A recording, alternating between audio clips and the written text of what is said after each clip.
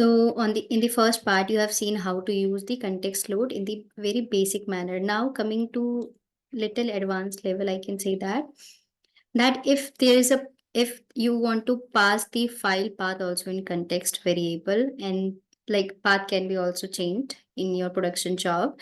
So if you want to pass the path name plus file name in context variable, right? So how to do that? So what I did, that same path, if you can see previous one, it was mentioned the static path fully. Now what I'm doing, that the file path I have mentioned here in different variable, file name also in different variable, and I have kept an extra variable name, that is environment variable name. Why? We have multiple environments while working in okay, while working there is test environment, UAT environment, and then there is production. Okay, so suppose you, all three environments have different parameters, right? So based on that only you want to run your job. So that's why first path, file path, and then the environment, and then the file name.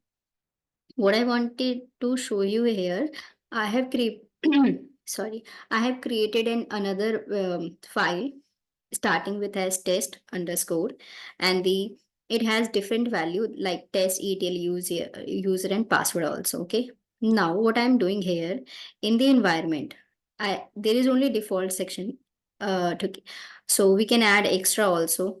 I hope I'm assuming that you know how to add an extra.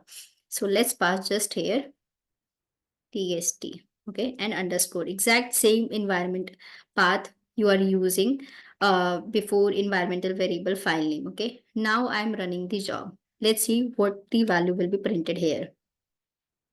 You can see that the username for this test file and this test file is different. Okay, see, right?